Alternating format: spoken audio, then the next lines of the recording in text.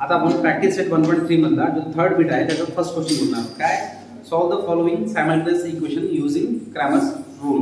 Okay बघा त्यातला first जो आहे क्वेश्चन काय म्हणते 3x - 4y = 10 and 4x + 3y = 5.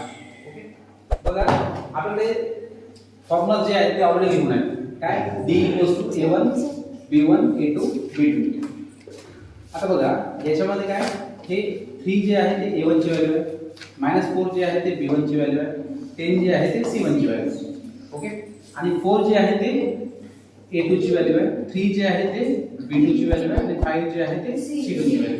Okay त्याच्या अकॉर्डिंगली तुम्हाला सांगा डिटरमिनंट d काय होणार d फॉर्म्युला काय आपला a1 b1 a2 b2 value सांगा a1 ची 3 a2 ची व्हॅल्यू किती 4 b1 ची व्हॅल्यू किती -4 b2 ची व्हॅल्यू किती 3.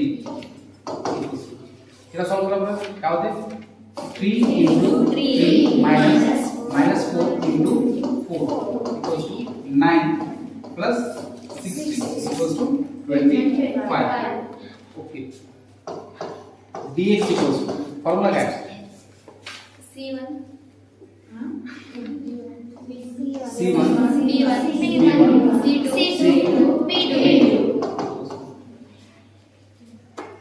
c1 ची व्हॅल्यू 10 c2 ची व्हॅल्यू 5 b1 ची व्हॅल्यू -4 b2 ची व्हॅल्यू 3.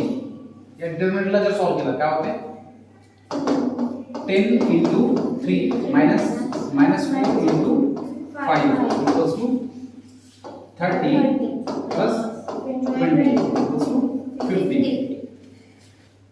dy ची व्हॅल्यू काय dy ची value a1 c1 a2 c2 हां a1 ची व्हॅल्यू किती आहे 3 आहे c1 ची व्हॅल्यू किती आहे 10 आहे a2 ची व्हॅल्यू किती आहे 4 c2 ची व्हॅल्यू किती आहे 5. ओके या डिटरमिनंटला सॉल्व केलं तर काय होते 3 * 5 - 10 * 4 = 50 - 40 = -25.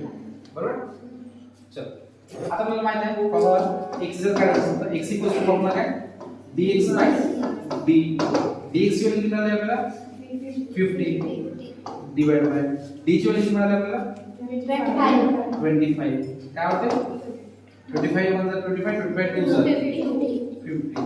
ओके म्हणजे x ची व्हॅल्यू किती मिळाली 2 बरोबर x ची व्हॅल्यू 2 मिळाली.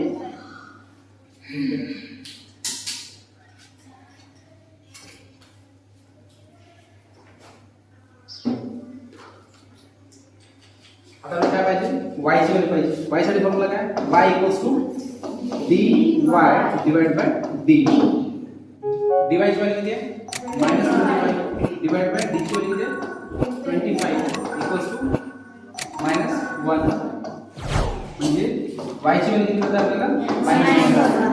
Okay is this